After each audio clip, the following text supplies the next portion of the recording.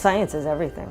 Science is how society accomplishes being a society. Science is how everything gets done. It's how we move forward. It's how all our products get built and made better. We wouldn't be anywhere if we didn't have scientists constantly asking, how does this work? Can I make that? Can I make this better? Science is everything. Even in high school, I knew I wanted to be an astronaut, but I had no idea what it took to be an astronaut. There's no one path to get to where I am today. Some people are scientists, some people are engineers, some people are medical doctors, some people come from the military, because what we need as astronauts are people that can do a lot of different things. We need lots of diverse people, and we need diversity within a single person. My name is Shannon Walker, and I am a NASA astronaut.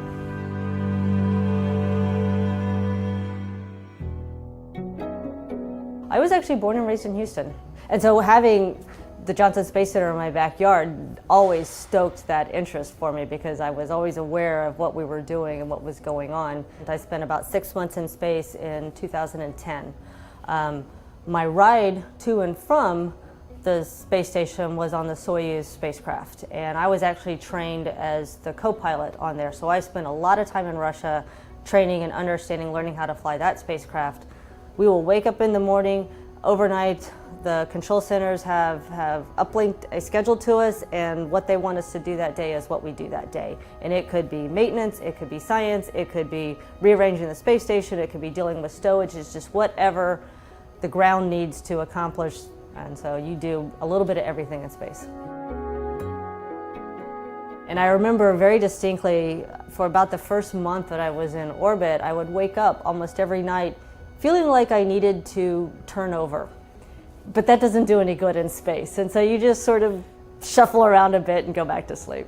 You know, we live on the space station, and it's kind of a working laboratory. We've got a bunch of laboratories where we go to work, and we've got places we sleep, and we've got places we eat, and we've got places we exercise. And so you just have a life that happens to be in space, and when you're in space, you don't feel the effects of gravity, so you get to float around all the time.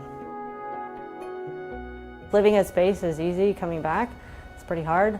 You have lots of aches and pains because you haven't walked around for a long time. I mean, you float in space, and so we do a lot of exercises that keep us healthy, but you haven't sat down for a long time. So it gets uncomfortable to sit down for long periods of time because your body's not used to it.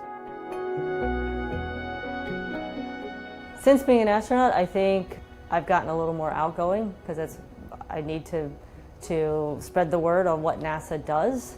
It's really neat to see all over the world there's people with the same passions that you have, and we're all working for a common goal. So it's not just NASA, it's the whole world. And so learning the language is hugely important, because you can't really understand people and culture unless you can understand their language.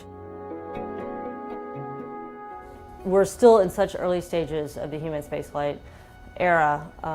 We're starting off relatively slowly, but I think as time passes, we will just get more and more people and countries into space, and I think ultimately we will be truly a spacefaring world. We will be going to other planets and establishing bases in other places to live. I think that is where we're going to end up.